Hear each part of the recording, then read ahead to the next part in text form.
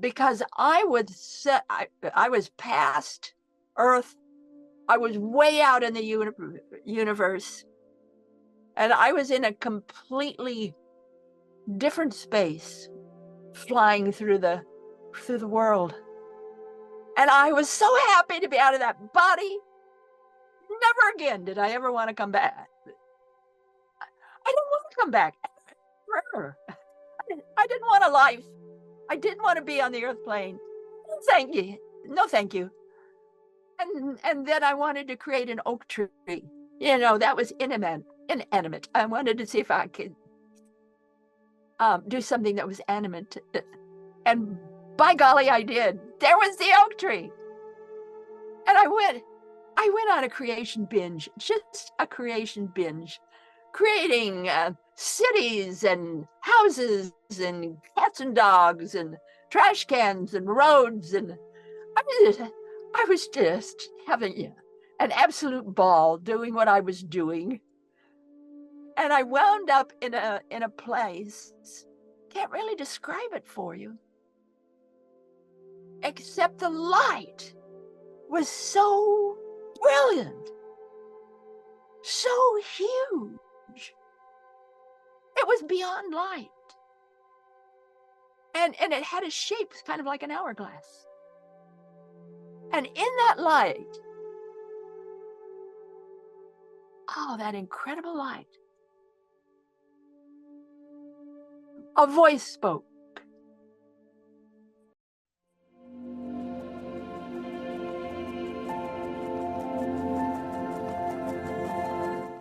Hello, my name is PMH Atwater. Yes, that's really my name. A big P, a big M, a big H. And that's really my name, PMH Atwater. Yeah, I've had this name now for a good many years. It was given to me in prayer. It was not a name I picked. It was a name I was given. And it was given to me in a dream, in the dream state. And I just woke up with this goofy, stupid name. And I went flying through the house where I was staying, and got the people together in the kitchen, and we were all saying, PMH Atwater, that is such a dumb name. And I why such a name? And I went back into prayer, and I prayed about it. And after 9 days, I realized that this was the perfect name for me. So when my husband and I married, it became my legal name. I did not know until decades later why I had this goofy name. And that is when my research came out about the near-death experience. The name was PMH Atwater. Everybody thought I was a male. And all the major scientists and everybody accepted my work. They would not have done so had I had a feminine name. Sorry, folks. Wouldn't have happened. So PMH,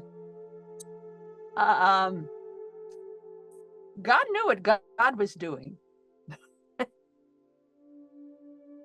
I want to first of all say that I was used to all this kind of thing, not near-death experiences, because we didn't know about those then. But things like out of body and psychic things and metaphysical things, I was very much used to that. And in fact, I started Idaho. I come from the state of Idaho. I started Idaho's first nonprofit metaphysical corporation. We were handling people by the thousands. So I was very much into all of this kind of thing, helping people learn about it, bring in speakers, all of that, when I was suddenly raped. Yes. And I became pregnant. I miscarried. This was in late 1976. I died 3 times because of what happened. 3 times in 3 months. First death was January 2, second January 4, and the fourth one March 29 of that year, 1977. Later that year, I had three major relapses, by the way. And certainly 1977 wasn't my year. I had to relearn how to crawl, how to stand, how to tell the difference between left and right. My first death was, more of a typical kind of near-death experience.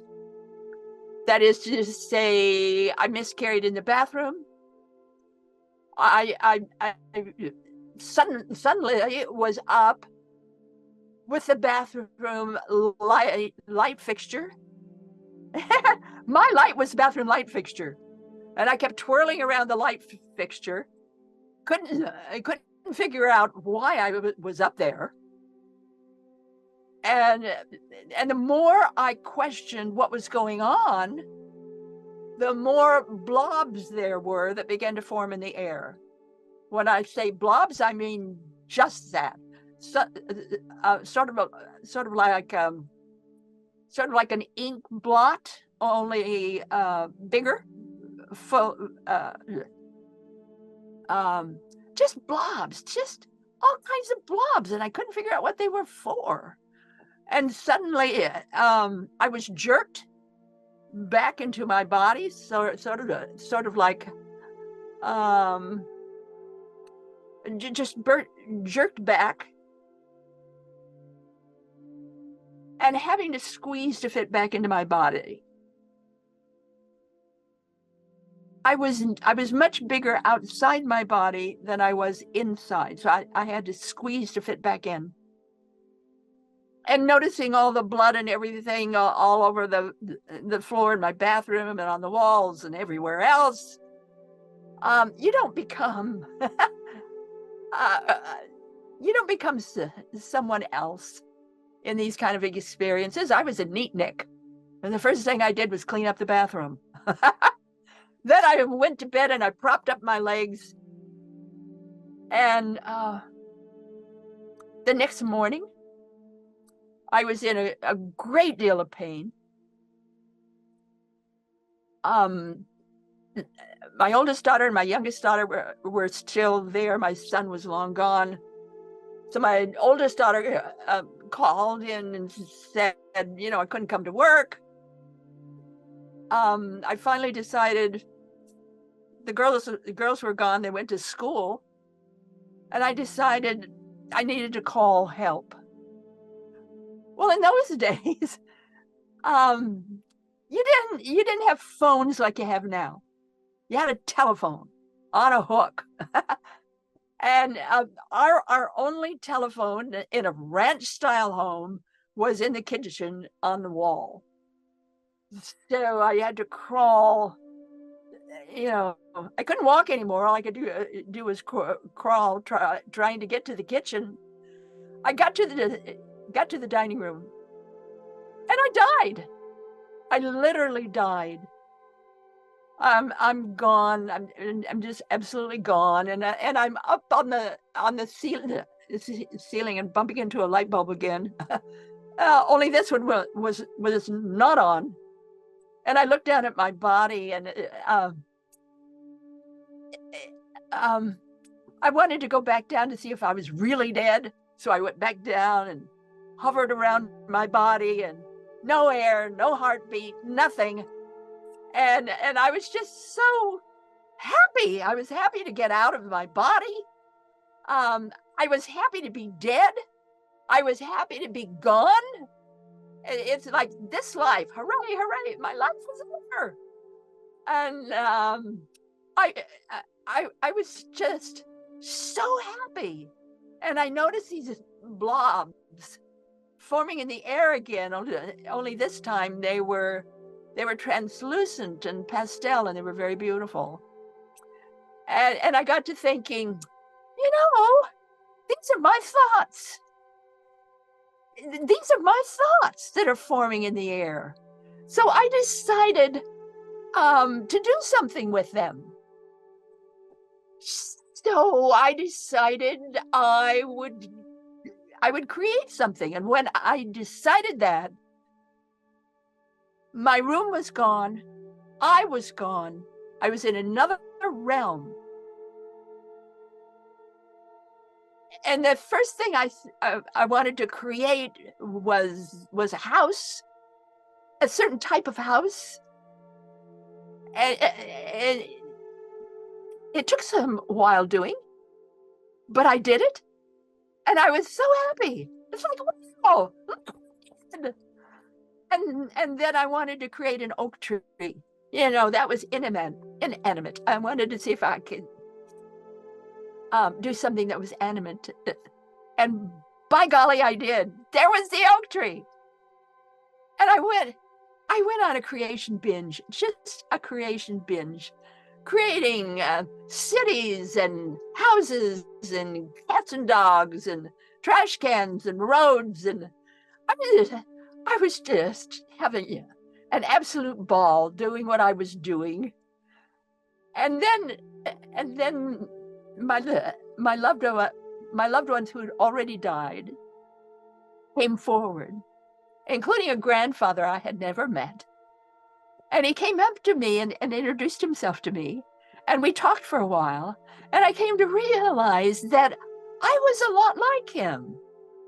That this was so great and so grand. And pretty soon, my loved ones left. And then Jesus came. My elder brother. I've always considered Jesus to be my elder brother. And I've always wanted to meet him. And there he was. And we hugged and we caressed and giggled and laughed together. And then he was gone. And it was just me. And in that space of just me, all of a sudden I was in the void. The void, how do I explain the void? There's nothing there. There's no darkness, there's no lightness, there's no sound, there's no color, there's no movement. Yet everything that has ever been is there, and everything that ever will be is there. And it's you can't describe the void. And I was there. And in that place, I was able to see all of my past lives. I was able to see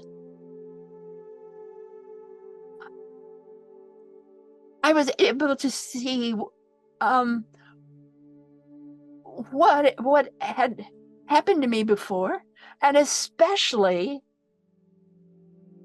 what had happened to me in this life.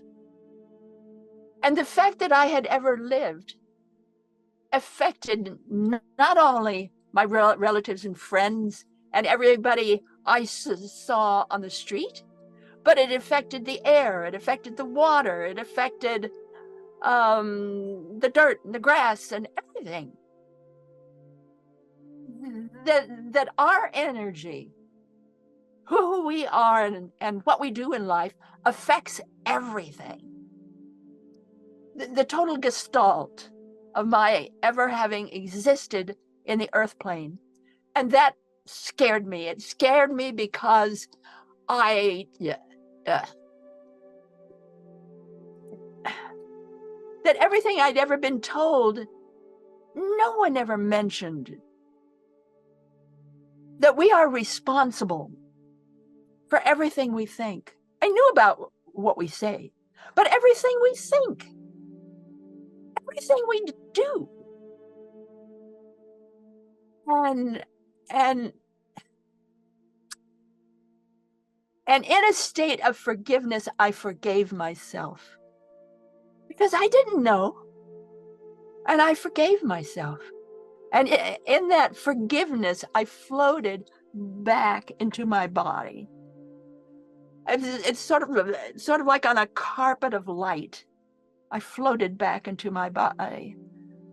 And instead of proceeding the additional 3 feet to a phone, I crawled all the way back to my bed and was in bed for 2 days. I couldn't understand. I didn't know myself. I didn't know my children. I didn't know anything at all. And finally it took the idea of money, believe it or not, money. My job was my only source of income. So I had to get to my job. How I dressed, I don't know.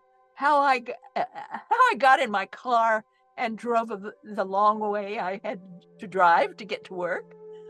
I don't know how that happened. It did. And they were building. I was a bank analyst, and they were building a new bank building in Boise, Idaho. This is where I'm from.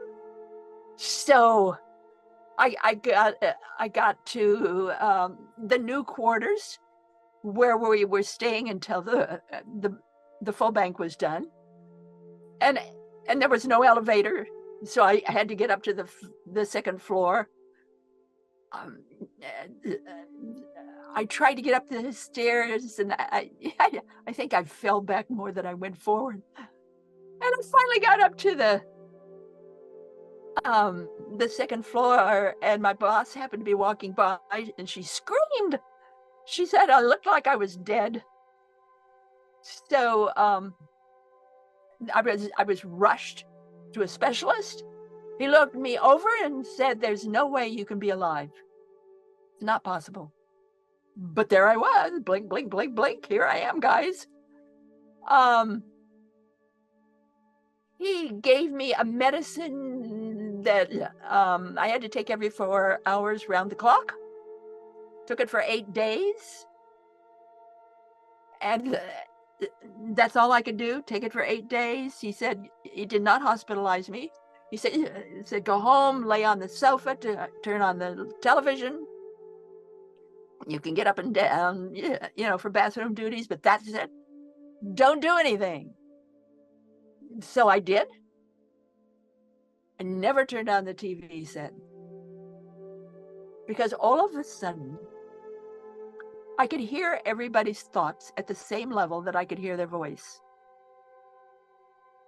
So I wouldn't reply to anybody because I didn't know what to reply to. The second thing that happened, all of the cells in the lower part of my body, I could see and talk to and hear. And I apologized to all of them for what happened. And then laying on the bed, and it's sort of like a rainbow ridge going from left to right over my chest, where all of my past lives passing by, all of them. There they were. I mean, who wants a television set? Here are all your past lives going back for review. Yeah, lots of things happened after that. Where I was staying, the landlord chose to double my rent, and I couldn't stay there. So my daughters and I found another place on another part of Boise. They didn't like it. I did. So we moved there. And we were there for a while. And it was night. My son had come home from a cruise school in a square rigger in the north of Spain. So he came home. He was at the Angus bar. My son is a great big guy, born under the sign of Taurus, and he's in the Angus bars. Figure that one out. And the guy who raped me came to see me. And he said to me that his daughter was raped, and he just wanted to find out what that was like, raping a woman, and left and slammed the door. And I was so shocked, so terrified, that I literally died and fell over on a chair. My son, I didn't find this out till about a year or so later when my son finally told me. He was at the bar, had a mug of beer almost to his mouth, slammed it down, told everybody, I have to go home. My mother needs me. So I got in the car, drove home, found me on the chair, and instead of calling the police or, some kind of help, he did what he was told to do. We taught all of our children from the time they were young, if you have a problem, if you need direction, always go within. Go within first and ask for help there. And that will tell you what you need to do. So he did that. Instead of going for the phone, calling the police, he went within. And the voice within him said, just start talking. Doesn't matter what you say, just talk and talk and talk. We found out later on that had he gone to the phone, the police could not have gotten there in time to save me. Because I was past Earth. I was way out in the universe. And I was in a completely different space, flying through the world. And I was so happy to be out of that body. Never again did I ever want to come back. I didn't want to come back ever. I didn't want a life. I didn't want to be on the earth plane. Thank you. No, thank you.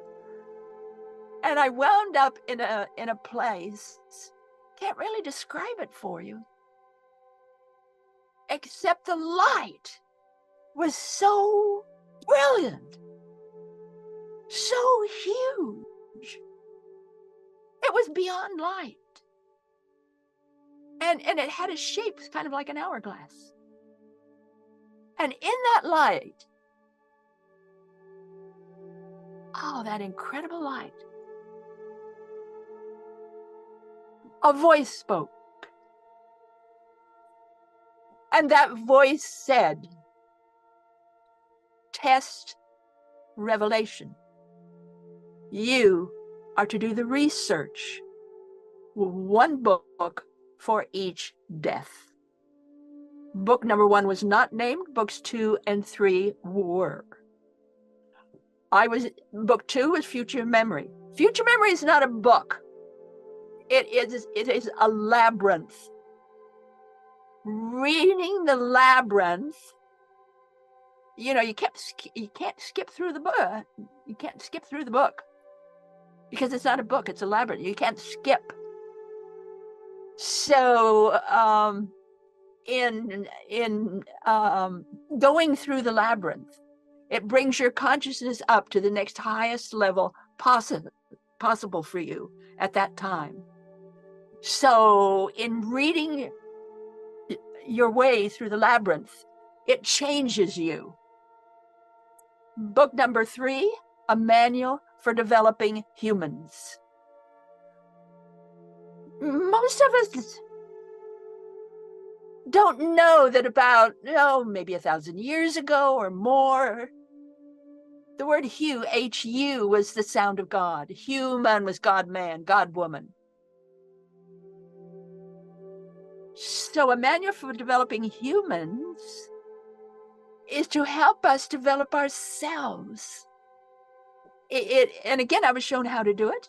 It's full of thought form drawings, easy steps in being a co-creator with the creator, because that's who we are. That's what we are. We are co-creators with the creator. And it begins with how to think and how to talk. Easy steps. I mean, it even shows you how to do an acupressure facelift. Different kinds of exercises. Fun book. A manual for developing humans. Anybody who's gone through a near-death experience or anything like that, you want this book. So I did those. I was told to do those. So Kelly, my son, brought me back. And the next day, he put me to bed. The next day, I went to a naturopath. I took myself out of regular medicine, the allopathic way, and put myself into the homeopathic way, the natural way of getting well.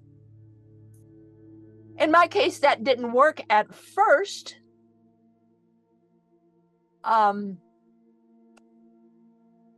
You know, I had to relearn everything from scratch, how to crawl, how to walk. I couldn't think straight. Nothing seemed to work for me. And it wasn't until that fall in November in Seattle, Washington, the Mind Miraculous Symposium. And my friends and my doctors said, that's where I need to be. Truck her up there. So they did. And the first speaker, the very first speaker, was a physicist from Stanford. And his talk was the eternal now. And he felt, he knew from his science that everything happens at the same time in the same space. There is an eternal now. So he flashed up on this giant screen. If you've ever been to Seattle Center, it's huge. Exactly what I saw and went through in my third near-death experience. I jumped up and I fled that assembly of people, collapsed under a floor light, and I just kept rocking. I'm not crazy. I'm not crazy. He saw it too. I'm not crazy. I'm not crazy. And yeah, I started getting well just quickly. And then next year, sold my house, left my job, and began my research. My mentor was Elizabeth Kubler-Ross, whom I met in Chicago. I left Idaho, and I began my work. I was told to do the research. I'm a cop's kid. I was raised in a police station. I used police investigative techniques as my protocol, and I did my work. Today, my research base is nearly 5,000 adults and children. Some of my work is in Lancet Medical Journal. I've written 19 books on my findings. My 20th book, though, is all about me. Yeah, here it is. Edgewalker, The Many Lives and Deaths of PMH Atwater. Yep, I'm doing it. I'm doing what I'm supposed to do. I've been doing it for 45 years. I'm doing exactly what that voice said to do. I talked about my experience and all that happened to me, and a woman came up when I was through, and and looked at me, and I swear there were stars in her eyes, and she said, "Oh, I wish something like that would happen to me, so that I could be like you." And I was thunderstruck. I because you can get this other ways.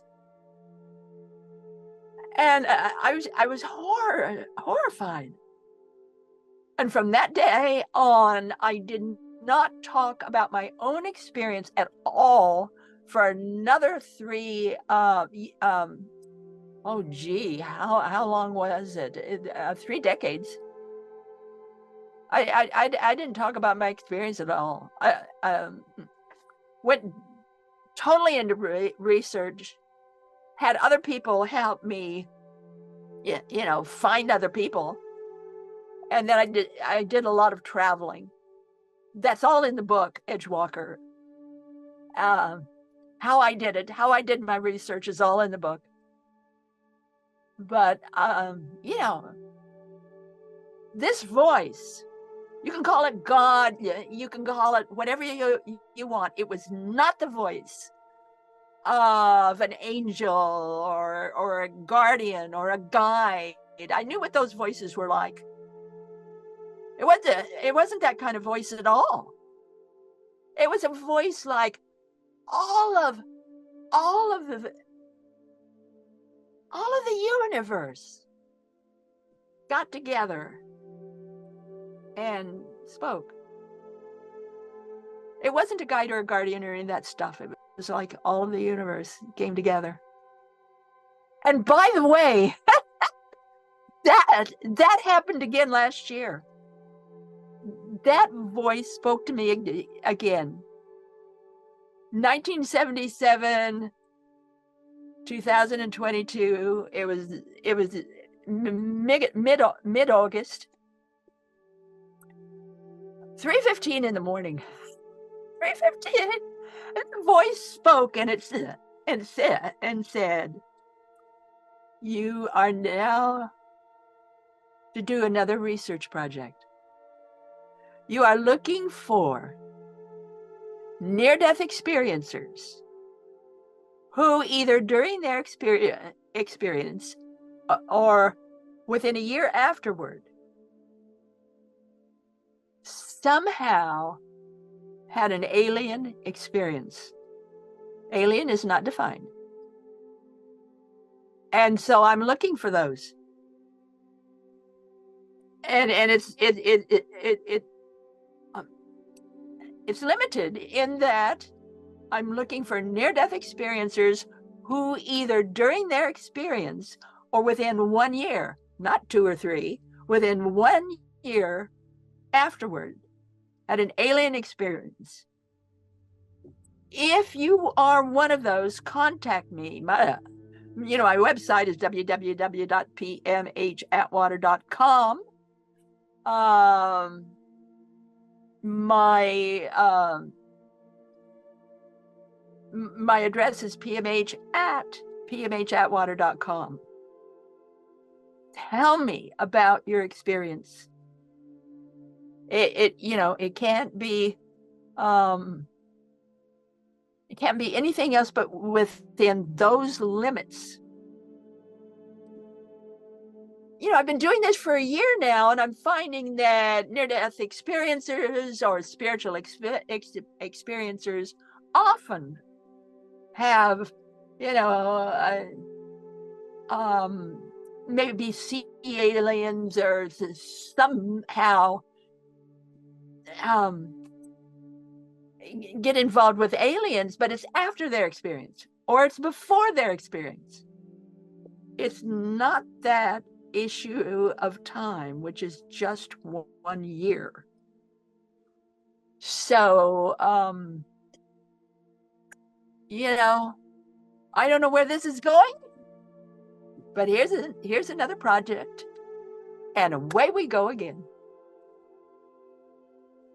What I would say to everyone is be who you are.